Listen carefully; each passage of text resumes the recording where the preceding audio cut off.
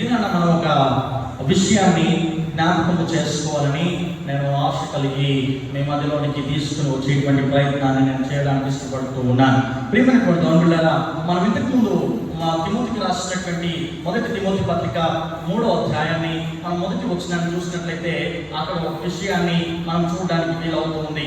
అక్కడ అంటాడు, పౌలు తిమోతికి రాస్తూ అంటాడు, అక్కడ ఎవడైనను అధ్యక్ష పదవిని కోరుకున్నట్లయితే, అంటే ఎవడైనా కూడా మనుషుల మీద అధికారిగా ఉండడానికి ఇష్టపడినట్లయితే, ఎవడైనా కూడా సంఘములో కానీ సమాజంలో కానీ అధికారిగా నాయకత్వం వహించడానికి ఇష్టపడినట్లయితే వాడికి కొన్ని లక్షణాలు ఉండాలని చెబుతూ ఉన్నాడు. వాడు ఈ విధంగా జీవించాలని సెలవిస్తూ ఉన్నాడు. ఏ విధంగా జీవించాలని పౌలు సెలవిస్తూ ఉన్నాడో మనం ముందున్నటువంటి సమయంలో మనం చూసేటువంటి ప్రయత్నాన్ని మనం చేద్దాం. అయితే అందుకంటే ముందుగా ఈ దినాన అధికారాన్ని గురించి నేను మీకు జ్ఞాపకం చేయాలని, నాయకత్వాన్ని గురించి నేను మీకు జ్ఞాపకం చేయడానికి ఇష్టపడుతూ ఉన్నాను. ఎవరు అధికారిగా ఉండగలరు, ఎవరు నాయకుడిగా ఉండగలరు, ఎవరు మనుషులు నడిపించేటువంటి స్థితిని కలిగినటువంటి వారు అన్నటువంటి విషయాన్ని నేను జ్ఞాపకం చేయడానికి ఇష్టపడుతూ ఉన్నాను. ప్రియమైనటువంటి దేవునిలారా, మనుషులకు చాలా సందర్భాలలో వారు ఉన్నటువంటి ప్రదేశంలో కానివ్వండి, వారు ఉన్నటువంటి మనుషుల మధ్యలో కానివ్వండి, వారు ఒక ప్రత్యేకమైనటువంటి స్థితిలో ఉండడానికి ఇష్టపడుతూ ఉంటారు.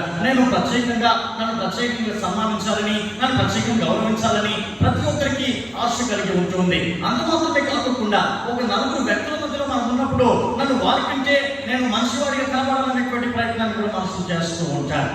అయితే ఇక్కడ అధికారాన్ని గురించి పౌలు చాలా స్పష్టంగా ఆయన సెలవిస్తూ ఉన్నాడు. ఆయన మాట్లాడుతూ అంటాడు, ఇదిగో ఎవరైనా కూడా అన్నటువంటి మాటను ఉపయోగిస్తూ ఉన్నాడు. ఆయన ఎవరైనా అన్నటువంటి మాటను ఉపయోగించవచ్చు, కానీ ఆయన ఎవరు అన్నటువంటి మాటను ఉపయోగించకుండా ఆ పదాన్ని బదులుగా ఆయన ఎవడైనను అన్నటువంటి మాటను ఉపయోగిస్తూ ఉన్నాడు. ఎందుకు ఎవడైనా అన్నటువంటి మాటను ఉపయోగించాడు పౌలు అని అంటే, అంతకుముందు పౌలు చేసినటువంటి పరిచర్యలో ఆయన హుమైనాను చూశాడు, ఆయన యన్నను చూశాడు, ఆయన యంబ్రేను చూశాడు, ఆయన అలెగ్జాండర్ను చూశాడు. అలాంటి మనుషులు సంఘంలో ఉన్నారు. అలాంటి మనుషులు అధికారం కొరకు ఎదురు చూస్తూ ఉన్నారు. అలాంటి మనుషులు సంఘాన్ని నడిపించడానికి ఇష్టపడుతూ ఉన్నారు.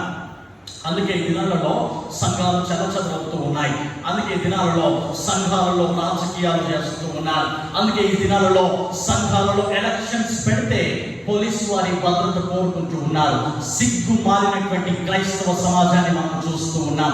నేనంటాను, ఓ సిగ్గు మారినటువంటి క్రైస్తవ సమాజమా, నిన్ను నీవుగా ఒకసారి నువ్వు జ్ఞాపకం చేసుకున్నట్లయితే దేవుని సన్నిధానంలో కనీసం నువ్వు కూర్చోవడానికి కూడా అర్హత లేనటువంటి వాడు నీవు. నేనంటాను, చాలా మంది సంఘాలలో నేను ప్రెసిడెంట్ గా ఉండాలి, నేను సెక్రటరీగా ఉండాలనేటువంటి విషయాలను బట్టి రాజకీయాలు చేస్తూ ఉన్నారు. రాజకీయం చేసినటువంటి జీవితం ఏమైపోయింది అంటే ఎందుకు పనికిరానటువంటి జీవితంగా వారి జీవితాలు ఈ లోకంలో మార్చుతూ ఉన్నాడు దేవుడు. అందుకే పౌలు అన్నాడు, ఎవరైనను అనేటువంటి మాటకు బదులుగా ఎవడైనను అన్నాడు. ఎందుకు ఎవడైనా అనేటువంటి మాటను మాట్లాడానంటే, ఎవడైనా అనేటువంటి పదాన్ని ఎందుకు ఆయన ఉపయోగిస్తూ ఉన్నాడు అంటే, సంఘంలో ఎవరైతే సంఘాన్ని చీల్చుతారో, సంఘాన్ని ఎవరైతే బాధపరుస్తారో అలాంటి వారిని ఆయన గౌరవప్రదంగా మాట్లాడడానికి, సంబోధించడానికి ఇష్టపడట్లేదు. అందుకే వారిని చూసి ఆయన అంటున్నాడు, ఎవడైనను అనేటువంటి మాటను ఉపయోగిస్తూ ఉన్నాడు. అందుకే ఈ దినాన ఒక అధికారానికి ఉండవలసినటువంటి లక్షణాలను, అధికారంలో నాయకత్వానికి ఉండవలసినటువంటి స్థితిని, దాని పరిస్థితులను నేను మీకు జ్ఞాపకం చేయాలని నేను ఆశపడుతూ ఉన్నాను. మనం ఇంతకు చదివినటువంటి లేఖన భాగము న్యాయాధిపతుల గ్రంథము 9వ అధ్యాయము 8వ వచనాన్ని మనం చూసినట్లయితే అక్కడ ఒక సంభాషణను, ఒక సందర్భాన్ని మనం చూడవచ్చండి. తిరిగి మరలా మనం ఇప్పుడు అదే న్యాయాధిపతుల గ్రంథము 9వ అధ్యాయము 8వ వచనాన్ని మనం చదువుకుందాం. చెట్లు తన మీద రాజును ఒకరిని అభిషేకించుకొనవలననుకొని మనస్సు కలిగి బయలుదేరి. ఇక్కడ ఒక విచిత్రమైనటువంటి సందర్భాన్ని మనం చూస్తూ ఉన్నాం. రాజు అనేటువంటి వాడు, ఇంతవరకు మనకు తెలిసినటువంటి విషయం ఏంటంటే, రాజుగా ఎవరైనా చేయబడుతూ ఉన్నారంటే వారు మనుషులకు రాజుగా చేయబడుతూ ఉంటారు. అవునా కదా? మనుషులు రాజుని ఎన్నుకుంటారు, మనుషులు నాయకుడిని ఎన్నుకుంటారు, మనుషులు అధికారులను ఎన్నుకుంటారు. కానీ ఇక్కడ జరుగుతున్నటువంటి ఒక విచిత్రమైనటువంటి సందర్భం ఏంటయ్యా అని అంటే, చెట్లన్నీ కూడా ఆ చెట్ల మీద ఒక రాజు ఉండడానికి, ఒక రాజును నియమించుకోవడానికి వారు ఆలోచన కలిగి ఉన్నారు. ప్రియమైన దేవులారా, వారు చేసినటువంటి పని ఏంటి? ఆ చెట్లు చేసినటువంటి పని ఏంటంటే, ఎవరినైనా ఒకరిని, అక్కడ అంటాడు తమ మీద రాజును ఒకరిని అభిషేకించుకొనవలెను మనస్సు కలిగి ఏం చేస్తూ ఉన్నారు? వారు 9వ వచనంలో మనం చూసినట్లయితే, మమ్మును ఏలుమని ఒలీవ చెట్టును అడగగా, ఒలీవ చెట్టు దేవుడిని మానవులను దేని వలన నరులు సన్మానించుదురో ఆ తైలము నేనియక మాని చెట్ల మీద రాజునై ఉండి ఇటు అటు ఊపుటకు నేను వచ్చదనా అని సెలవిస్తుంది. మొదటిది నేను జ్ఞాపకం చేస్తూ ఉన్నాను. ఇక్కడ 4 చెట్లను మనం 4 చెట్లను చూడడానికి వీలవుతుంది. మొదటి చెట్టు అది ఒలీవ చెట్టు. ఒలీవ చెట్టు ఎందుకు ఉపయోగిస్తారు అని అంటే, ప్రియమైన దేవులారా, ఒలీవ చెట్టు ఆహారానికి ఉపయోగిస్తారు. అంటే అది ఆహారంగా కూడా ఒలీవ చెట్టును, ఒలీవ పండును ఉపయోగిస్తూ ఉంటారు. అంత మాత్రమే కాకుండా ఒలీవ చెట్టు నుండి నూనె తీస్తారు. ప్రపంచంలో అత్యంత ఖరీదైనటువంటి నూనె ఏదైనా ఉందంటే అది ఒలీవ నూనె. అత్యంత ఖరీదైనటువంటి నూనె ఒలీవ నూనె. మీకు ఒక విషయం తెలుసా? మనం వాడేటువంటి నూనె ఎంత ఉంటుంది వెల? లీటర్ ఎంత ఉంటుంది? లీటర్ ఒక లీటర్కి దాదాపు 80-100 రూపాయలు, అంతే కదా? కానీ ఒలివ నూనెకి ఉండేటువంటి విలువ ఎంతో తెలుసా? ఒక లీటర్కి దరిదాపు 3,000 దాకా ఉంటుంది. నేను ఇంగ్లాండ్ దేశంలో ఉన్నప్పుడు మా ఫ్లాట్లో మాతో పాటు ఒక ఇటలీ నుండి వచ్చినటువంటి వ్యక్తి మాతో పాటుగా పై ఫ్లోర్లో, మా పక్క ఫ్లోర్లో ఉంటూ ఉన్నాడు. ఆయన మా ఇంటిలో ఉంటూ ఉన్నాడు. ఆయన ఒకటే ఇల్లు మాది. ఆయన ప్రతిదినము నేను ఎవరైనా ఒకరు వంట చేసి ఆయన పెట్టేటువంటి వాళ్ళం. ఎందుకంటే ఆయన వాళ్ళ భార్యని, పిల్లల్ని ఇటలీ దేశంలో విడిచిపెట్టి ఇంగ్లాండ్ దేశంలో వచ్చాడు. ఆయన ఇక్కడ ఉద్యోగం చేస్తూ ఉన్నాడు. ఆయన ఫార్మసిటికల్ కంపెనీలో జాబ్ చేసేవాడు, నేను ఫార్మసిటికల్ కంపెనీలో జాబ్ చేసేవాడు. సో ప్రతిదినం మేము భోజనము పెట్టేటువంటి వాళ్ళం తనకి.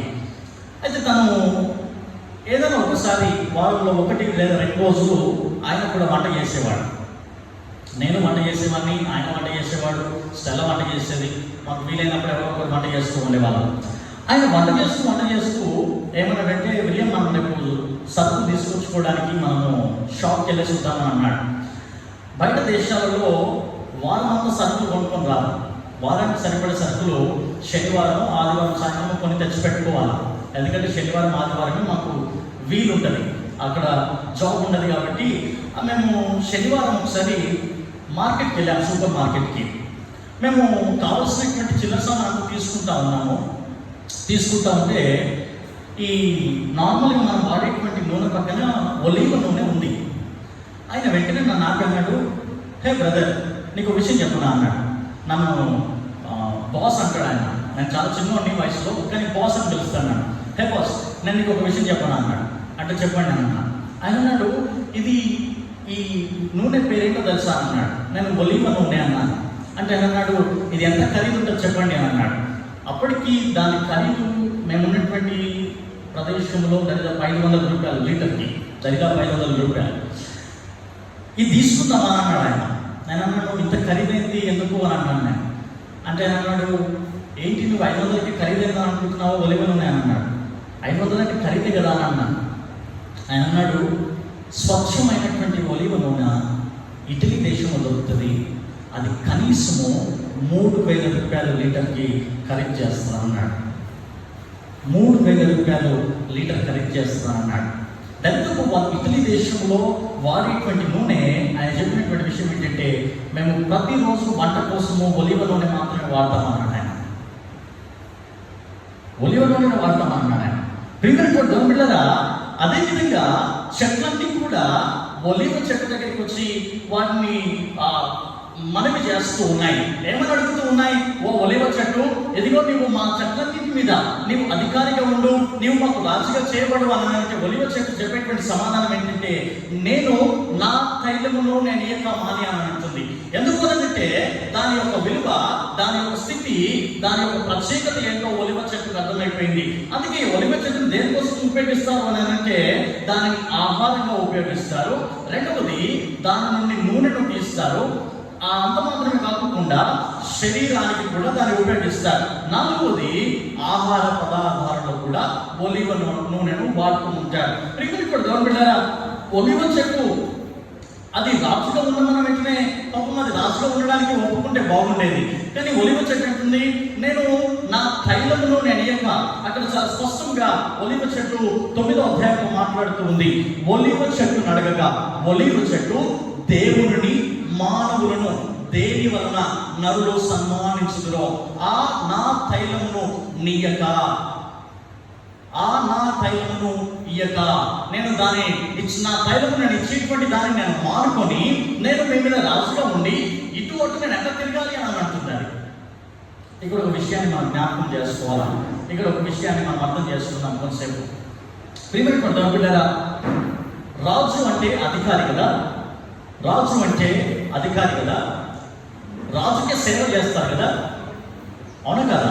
రాజు కింద ఉండేటువంటి రాజ్యం కానివ్వండి, పనివారు కానివ్వండి, దేశ నివాసులు కానివ్వండి, ఎవరైనా కూడా రాజుకే పోయి సేవలు చేయాలా. కానీ ఇక్కడ చెట్లకి కూడా ఒలివ చెట్టు దగ్గరికి వచ్చి మాకు రాజుగా ఉండమని అంటే ఒలివ చెట్టు అంటుంది, మీకు రాజుగా ఉండి నేను ఇటువంటి ఎలా తిరగాలి అని అంటున్నారు. అంటే రాజుగా ఉండేటువంటి వాడు ఇటువంటి తిరుగుతాడా? రాజుగా ఉండేటువంటి వాడు ఇటువంటి తిరుగుతాడా? రాజు ఒక మాట చెప్పి ప్రతి జరిగిపోతుంది, అవును కదా. రాజుగా ఉండమని ఒలివ చెట్టు నడితే ఒలివ చెట్టు అంటుంది, నేను నా తైలముని ఒక. అంటే నరులు దేన్నైతే దేవుణ్ణి సన్మానిస్తారో, నరులు దేనిని బట్టి దేవుణ్ణి సంతోషపరుస్తారో అట్టి తైలము నేను ఇయ్యకుండా నేను ఎలాగైనా మీ మీద రాజుగా ఉండడానికి ఇష్టపడుతున్నానని మీరు అనుకుంటున్నారని అంటుంది.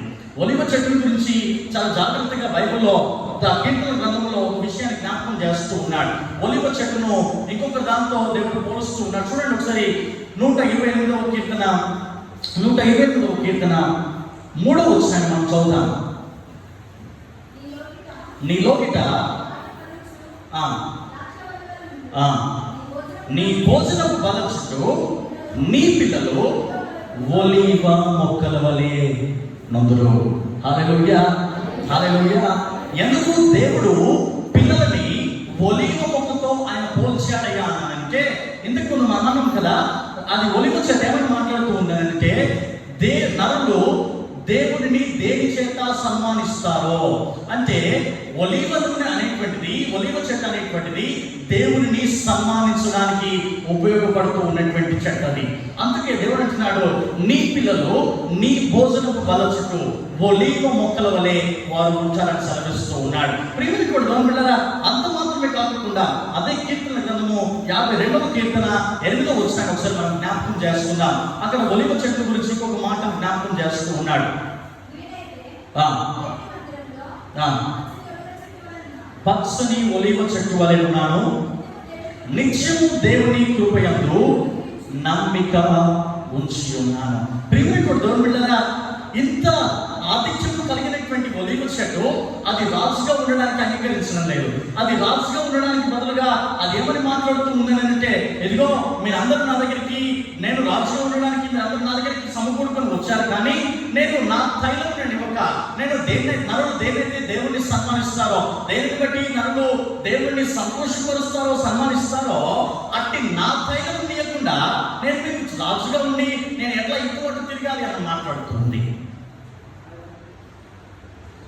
ఇక్కడ ఒక విషయాన్ని జ్ఞాపకం చేస్తున్నాం మనం. 9వ వచనం చివరి భాగంలో అంటున్నది, రాజునై ఉండి ఇటు అటు ఊగుటకు నేను వచ్చదనా. హల్లెలూయా, హల్లెలూయా. ప్రియమైన ఇది మొదటిగా ఒలివ చెట్టు మాట్లాడుతూ ఉన్నటువంటి మాట. ఇప్పుడు రెండవ దాని దగ్గరికి తిరిగి మళ్ళా చెట్లని కూడా కూడుకొని వస్తూ ఉన్నాయి. 10వ వచనాన్ని మనం చదువుకుందాం. అప్పుడు చెట్లు నీవు వచ్చి మమ్మను ఏలుమని అంజురపు చెట్టును అడగగా. చాలండి.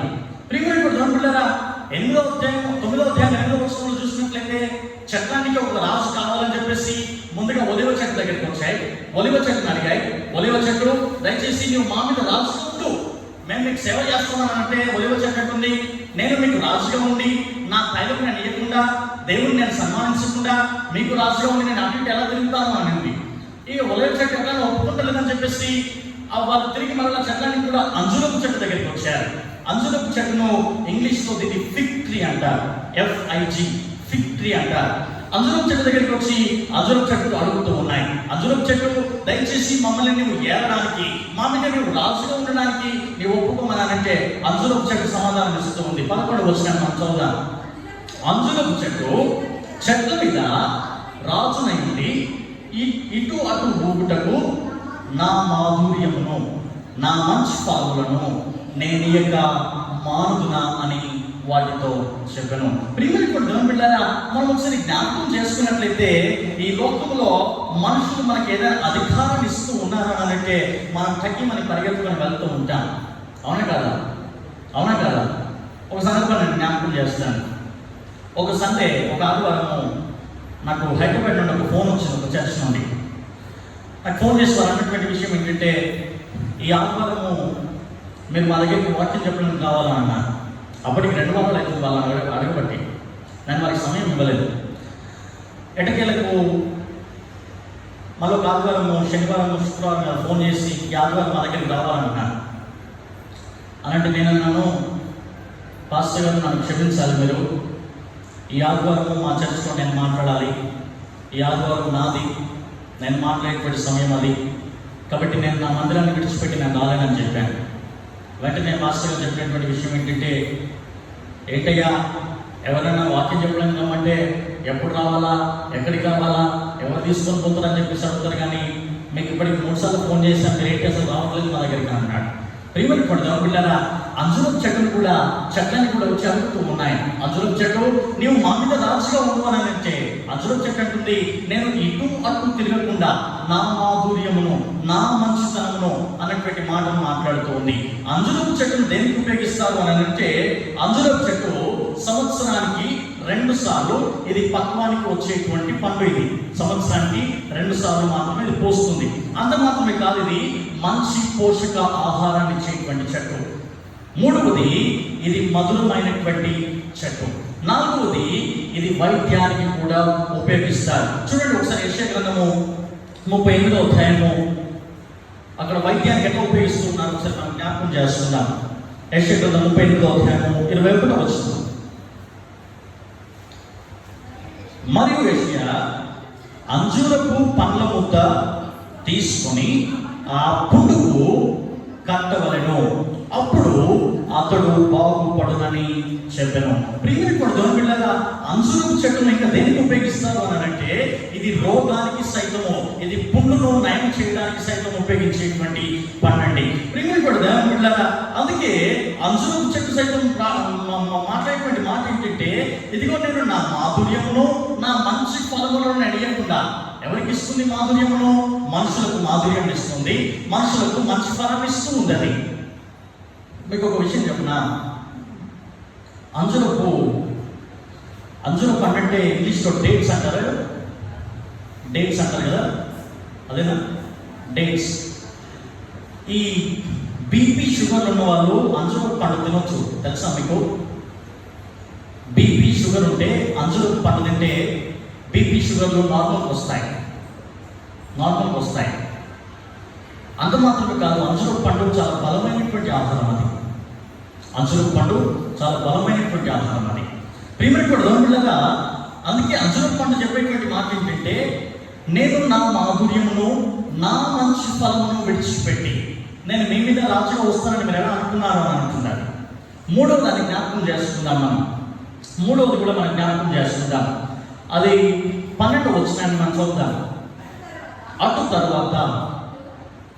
తర్వాత చెట్లు నీవు వచ్చి మమ్మల్ని ఏమని ద్రాక్షావల్లిని అడుగుగా, దేవుని మానవులను సంతోషపెట్టు నా ద్రాక్ష రసమును నేను ఇక మాని చెట్ల మీద రాజునై ఉండి ఇటు అటు ఊగుటకు నేను వచ్చదనాని వాటితో అనెను. ప్రియమైన దేవుని బిడ్డలారా, ద్రాక్ష చెట్టుకు ఇంగ్లీష్లో ఏమంటారంటే దీన్ని వైన్ ట్రీ అంటారు.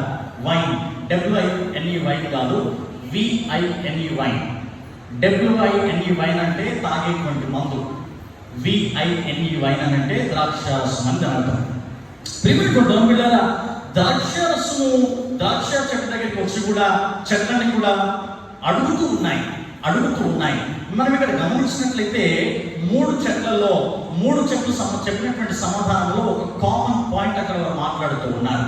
మొదటిది వారు చెప్పేటువంటి మాట ఏంటంటే వారి యొక్క స్థితిని, వారి యొక్క ఉద్దేశాన్ని, దేవుడు వారిని ఎందుకు చేశాడో అటు విషయాన్ని వారు జ్ఞాపకం చేస్తూ, రెండవదిగా అంటారు, మేము మా స్థితిని విడిచిపెట్టి, మేము మా ఉద్దేశాన్ని విడిచిపెట్టి, దేవుడు మమ్మల్ని ఎందుకు చేశాడో అటు ఉద్దేశాన్ని విడిచిపెట్టి మీ మీదికి వచ్చి మేము ఎలా అధికారాన్ని చలాయించాలని మీరు అనుకుంటున్నారో అనేటువంటి విషయాన్ని జ్ఞాపకం చేస్తూ ఉన్నాయి. ప్రియమైనటువంటి దేవుని సంగమా, అంత మాత్రమే కాకుండా ద్రాక్ష చెట్టు దగ్గరికి వచ్చి ద్రాక్ష చెట్టును కూడా ఇదిగో నువ్వు మా మీద రాజుగా ఉండమంటే ద్రాక్ష చెట్టు చెప్పేటువంటి మాట ఏంటంటే నేను ఆహారాన్ని ఇచ్చేటువంటి వాను.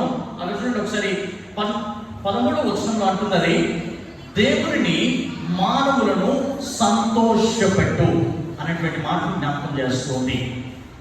సంతోషము దేని వల్ల వస్తుంది మనిషికి, దేవునికి అనంటే ద్రాక్ష రసం వలన సంతోషం కలుగుతూ ఉంది.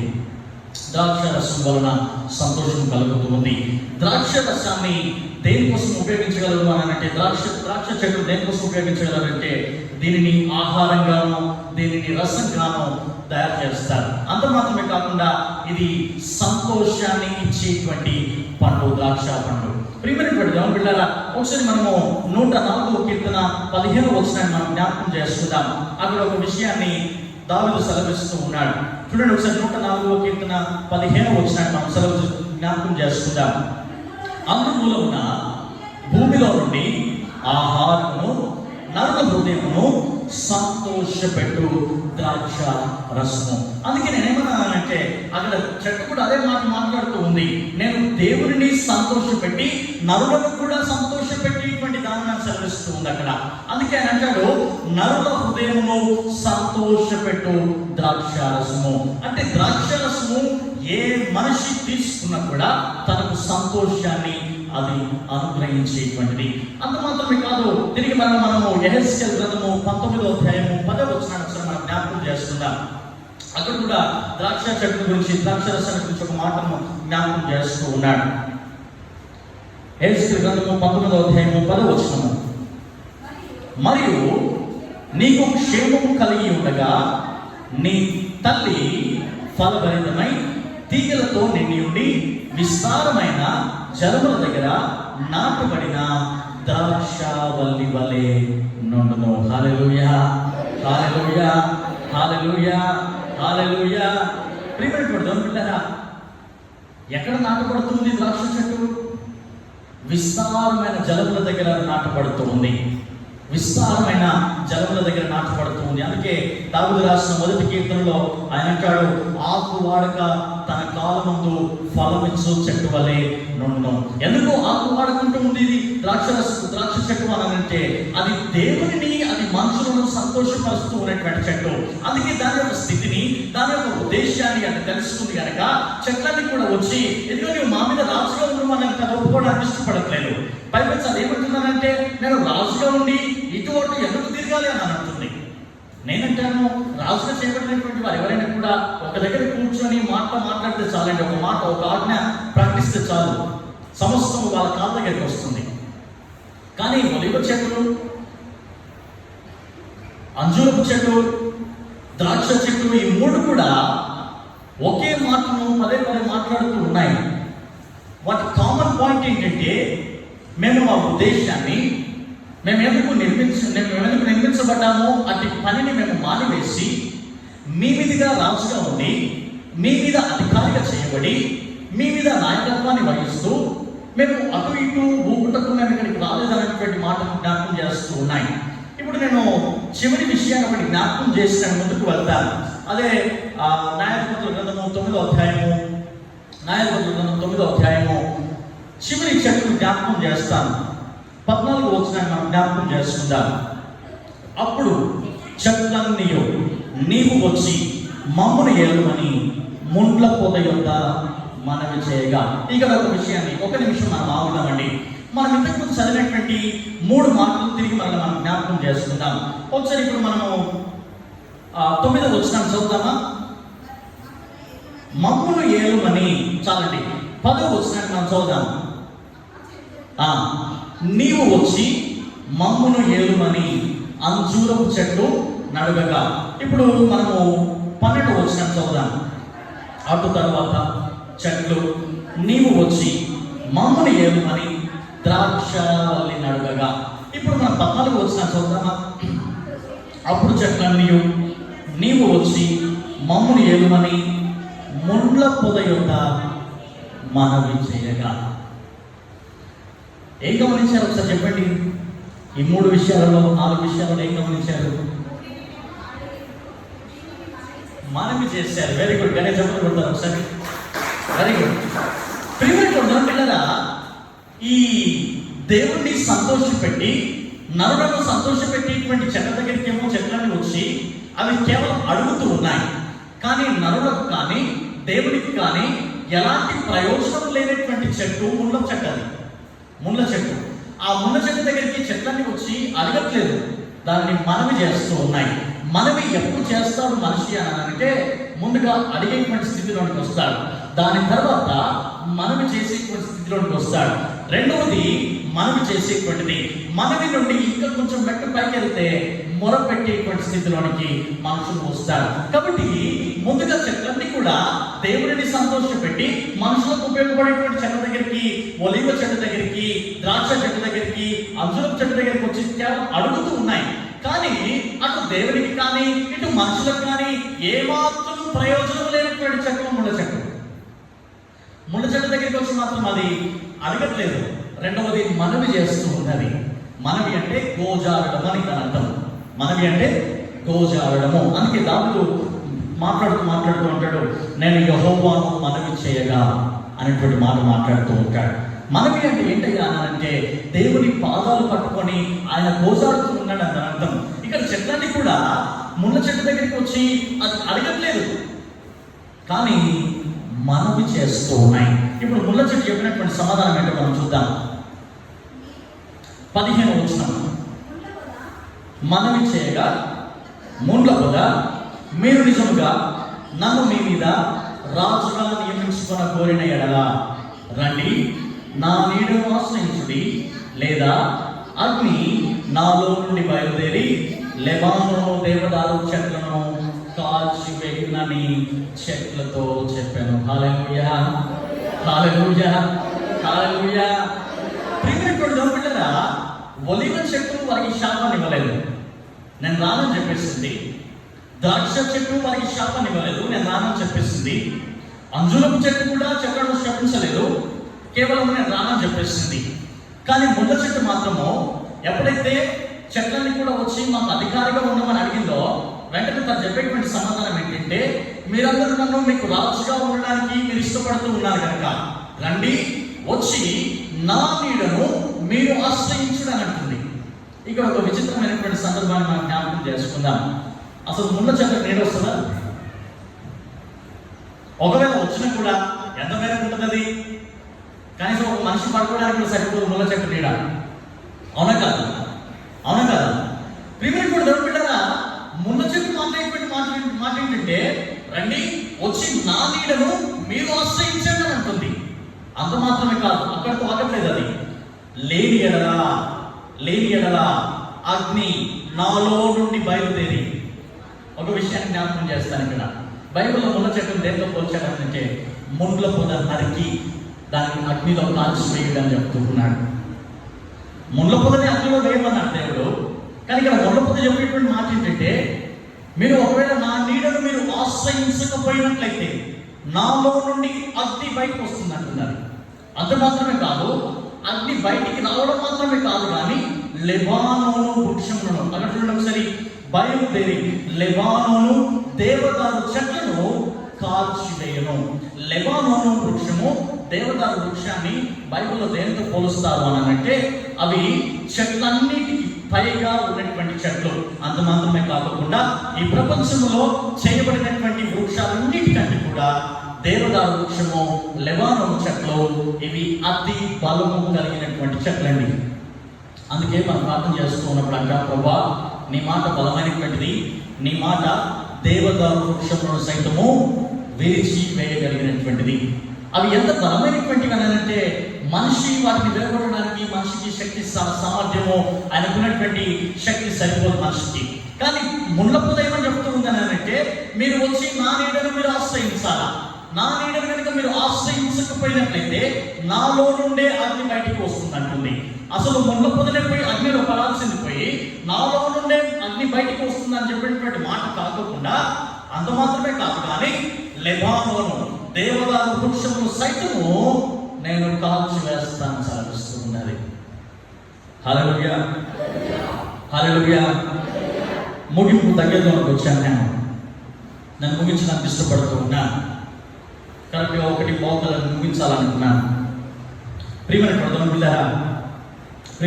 బిడ్డారా, దేవుణ్ణి మానవులకు ఉపయోగపడేటువంటి చెట్లు మాత్రము అధికారిగా రాజుగా ఉండడానికి ఇష్టపడట్లేదు. అటు దేవునికి కానీ ఇటు మానవులకు కానీ ఏమాత్రం ప్రయోజనం లేనటువంటి చెట్టు ముళ్ళ చెట్టు మాత్రము రాజుగా ఉండడానికి అది ఇష్టపడింది. ముళ్ళ చెట్టు మాత్రము అధికారిగా చేయబడడానికి ఇష్టపడింది. ముళ్ళ చెట్టు మాత్రము ఇటు అటు తిరిగేటువంటి మాట ఉపయోగించట్లేదు. అక్కడ మీరు చాలా జాగ్రత్తగా గమనించారో లేదా? ఒలివ చెట్టు కూడా అదే మాట మాట్లాడింది. నేను మీ మీద రాజుగా ఉండి ఇటు అటు తిరుగుటకు ఊగుటకు నేను వచ్చుతున్నాను అన్నది. ద్రాక్ష చెట్టు కూడా అదే మాట మాట్లాడింది. అంజూరపు చెట్టు కూడా అదే మాట మాట్లాడింది. కానీ ముళ్ళ చెట్టు నేను ఇటు అటు తిరుగుటకు వచ్చదా అన్నటువంటి మాట అది మాట్లాడట్లేదు. ఒక విషయాన్ని నేను జ్ఞాపకం చేసిన ముగిస్తాను. ఇక్కడ ఇటు అటు ఊగుటకు అనేటువంటి మాట ఎందుకు 3 చెట్లు ఉపయోగించాయి అని అంటే, దానికి ఉన్నటువంటి అర్థం ఏంటయ్యా అని అంటే, ఇటు అటు ఊగుట, ఇటు అటు తిరుగుట అనగా దేవుడు నన్ను చేసిన లేదంటే నన్ను ఉంచిన స్థితి కంటే నాతో పాటుగా ఉన్నటువంటి మనుషులు కానీ నాతో పాటుగా ఉన్నటువంటి చెట్లు కానీ అవి నాకు ఇచ్చేటువంటి అధికారము, అవి నాకు ఇచ్చేటువంటి నాయకత్వము దేవుడు నాకు ఇచ్చినటువంటి స్థితి కంటే ఎక్కువ కాదు అని దాని ఉద్దేశము. హల్లెలూయా, హల్లెలూయా. ప్రియమైన బిడ్డలారా, నేను కూడా చాలా సంఘాలను గమనిస్తూ ఉన్నాను. చాలా మంది సొంత సంఘంలో ఉన్నటువంటి పనిని విడిచిపెట్టి ఇతర సంఘాలకు వెళ్తూ ఉన్నారు. నేను ఒక మాట జ్ఞాపకం చేస్తాను. ఈ సంఘ మండలంలో మీ సేవకుడికి ఉన్నంత అనుభవము, అంత పరిచర్య ఈ సంఘ మండలంలో ఎవరు చేయట్లేదు. కానీ మన బుద్ధిని మనం వాడుకొని, మన తెలివిని మనం వాడుకొని సొంత పరిచర్యను విడిచిపెట్టి ఇతరుల పొలంలోనికి మనం పరిగెత్తుకొని వెళ్తూ ఉన్నాం. సొంత పొలాన్ని విడిచిపెట్టి ఇతరుల పొలంలోనికి మనం పరిగెత్తుకొని వెళ్తూ ఉన్నాం. నేను ఒక విషయాన్ని జ్ఞాపకం చేస్తాను. UPF 2020 మన చర్చలో జరిగినటువంటిది. మేము మొదటి రోజు ఆ క్యాండిల్ జ్యోతి ప్రచురణ చేసేటువంటి ప్రోగ్రామ్కి ఫోన్ చేశాను. మేము చర్చలో నుండి వెళ్తూ ఉంటే ఫోన్ చేస్తే తిరిగి మన సాయంత్రం బయలుదేరి వచ్చాను.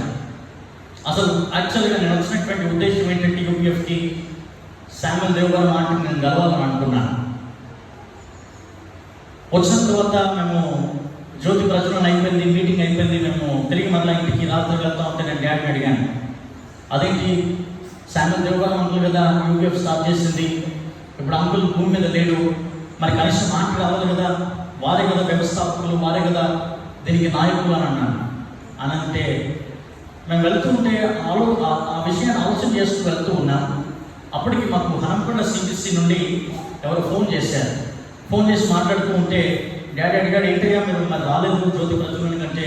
ఆయన చెప్పినటువంటి మాట ఏంటంటే, సార్ అయ్యగారు హనంకొండ CBC మా సొంత చర్చ్, అది మా సొంత చర్చ్లో సెలబ్రేషన్స్ చేస్తూ ఉన్నాం, మీటింగ్స్ జరుగుతూ ఉన్నాయి, అందుకని మా చర్చ్ని విడిచిపెట్టి UPF ప్రోగ్రామ్ మేము రాలేకపోయాం అన్నారు వాళ్ళు. ప్రియమైన బిడ్డలారా, దేవుడు నిన్ను ఈ సంఘంలోనే ఎందుకు ఉంచాడో ఆయన ఉద్దేశాన్ని నువ్వు తెలుసుకోవాలా, ఆయన చిత్తాన్ని నువ్వు ఎరగాల. అంత మాత్రమే కాదు కానీ నీ సంఘంలో నీ పరిచర్యను నువ్వు కొనసాగించాలా. నేను ఒక సందర్భాన్ని నేను జ్ఞాపకం చేస్తాను. ఒకవేళ ఫర్ ఎగ్జాంపుల్ మనం అనుకుందాం, ఈ 23వ తారీఖు 24వ తారీఖు 2 లేదా 3 దినాలు ఫాస్టింగ్ ప్రేయర్స్ మన చర్చ్లో ఉన్నాయి కదా. ఎంతమంది జ్ఞాపకం ఉంది? ఎంతమంది ప్రార్థన చేస్తూ ఉన్నారు? బహుశా ఎవరికి జ్ఞాపకం లేదు, ఎవరు ప్రార్థన చేయట్లేదు. 23, 24వ తారీఖు మన చర్చ్లో మీటింగ్స్ ఉన్నాయి అనుకోండి. అదే మీటింగ్స్ ఇంకొక దగ్గర కూడా వేరే వాళ్ళు ఎక్కడో పెట్టుకుంటున్నారు. మిమ్మల్ని గెస్ట్గా వాళ్ళ అక్కడికి పిలిచారు. అప్పుడు ఏం చేయాలి మీరు? ఇక్కడికి వచ్చి పని ముగించుకొని అక్కడికి వెళ్ళాలా? ఇక్కడికి వచ్చి పని ముగించుకొని అక్కడికి వెళ్ళాలా? చెప్పాలి. ఎస్, చాలామంది పరిచయం చేయట్లేదు. చాలామంది వ్యాపారం చేస్తూ ఉన్నారు దేవుని సన్నిధానంలో. ఎవరు తెలుసా వ్యాపారం చేసేటువంటి వాళ్ళు? సొంత సంఘాన్ని విడిచిపెట్టి ఇతరుల సంఘాలలో పరిచయం చేయడానికి వెళ్ళేటువంటి వారే వ్యాపారం చేస్తూ ఉన్నారు. నేను సేవకుల గురించి మాట్లాడట్లేదు. సేవకులకు బాధ్యత ఉంది, సేవకులకు దేవుని పిలుపు ఉంది. వారు ఒక సంఘంలో కాకపోతే ఒక సంఘంలో వాక్య పరిచయం నిమిత్తం వెళ్ళవచ్చు. కానీ సంఘములో విశ్వాసులుగా చేయబడినటువంటి మనము ఏ సంఘానికైతే అంటుకట్టబడి, ఏ సంఘంలోనైతే వాక్యాన్ని మనం వింటూ ఉన్నామో, ఏ సంఘంలో అయితే మనం రక్షణ పొందామో, ఏ సేవకుడైతే మనకు ఆత్మీయ తండ్రిగా ఉన్నాడో, ఆ సంఘములో మాత్రమే మన పనిని, మన పరిచర్యను మనం చేయాలి. ఒకవేళ అలాంటి పనిని, అలాంటి పరిచర్య ఎవరు చేయకుండా కూడా వారు దేవుని పరిచర్య చేస్తూ ఉన్నారు అని అనుకుంటున్నారు. కానీ నేనేమంటానంటే, దేవుని పరిచర్యకు బదులుగా మీరు దేవుని పరిచర్యను వ్యాపారముగా, బిజినెస్గా మిమ్మల్ని మీరు మార్చుకుంటూ ఉన్నారు. ప్రియమైన పిల్లరా, ఒలివ చెట్టు దగ్గరికి వచ్చి అడిగితే కూడా ఒలివ చెట్టు ఒప్పుకోలేదు. ఎందుకు తెలుసా? ఒలివ చెట్టు ఒక ఉద్దేశము, దేవుడు ఎందుకు తనని భూమి మీద నిర్మించాడో, దేవుడు ఎందుకు చెట్లలో ఉంచాడో అది అర్థం చేస్తుంది. అందుకే దేవుని ఆ ఉద్దేశాన్ని, దేవుని చిత్తాన్ని అది పక్కన పెట్టి ఇంకొకరి దగ్గరికి రాజుగా వెళ్ళి ఉండడానికి అది ఇష్టపడట్లేదు. అంజురపు చెట్టు కూడా దేవుని యొక్క ఉద్దేశాన్ని, దేవుని యొక్క చిత్తాన్ని ఎరిగింది. అందుకే చెట్లన్నీ వచ్చి కూడా ఇదిగో నేను మా మీద దయచేసి రాజుగా ఉండమని అది ఒప్పుకోవట్లేదు. ద్రాక్ష చెట్టు కూడా దేవుని ఉద్దేశాన్ని, దేవుని చిత్తాన్ని ఎరిగి, దేవుడు ఎవరి కోసమైతే దాన్ని నిర్మించాడో, దేవుడు ఎవరి కోసమైతే దాన్ని చేశాడో ఆ పనిలో మాత్రమే తను నిమగ్నమై ఉంది. ఆ పరిచయం మాత్రమే చెట్లు చేస్తూ వస్తూ ఉన్నాయి. కానీ నాలుగవదిగా ఒకటి ఉంది, అది ముళ్ళ చెట్టు. అది ముళ్ళ చెట్టు. ఆ ముళ్ళ చెట్టు దగ్గరికి వచ్చి అవి ఎప్పుడైతే అడిగాయో, ముళ్ళ చెట్టు చెప్పినటువంటి సమాధానం ఏంటంటే, మీరు నన్ను రాజుగా ఉండడానికి మీరుగా నా దగ్గరికి వచ్చారు కాబట్టి ఇదిగో వచ్చి నా నీడను మీరు ఆశ్రయించండి అని అంటుంది. ఎందుకు పనికిరానటువంటి చెట్టు అది? ఎందుకు పనికిరానటువంటి చెట్టు అది? దేవునికి కానీ మానవులకు కానీ ఎందుకు పనికిరానటువంటి చెట్టు అది? ఆ చెట్టును అవి రాజుగా నియమించుకున్నాయి. నేనంటాను, బహుశా ముళ్ళ చెట్టును ఎందుకు దేవుడు చేశాడో దాని ఉద్దేశాన్ని, దేవుడి చిత్తాన్ని అది గుర్తెరగలేదు కనుక అది ఎక్కడికైతే పిలువబడుతూ ఉందో అక్కడికి వెళ్తూ ఉంటుంది. అది ఎక్కడికైతే వెళ్ళాలనుకుంటుందో అక్కడికి వెళ్తూ ఉంటుంది. దాని ఇష్టానుసారంగా జీవిస్తూ ఉంది.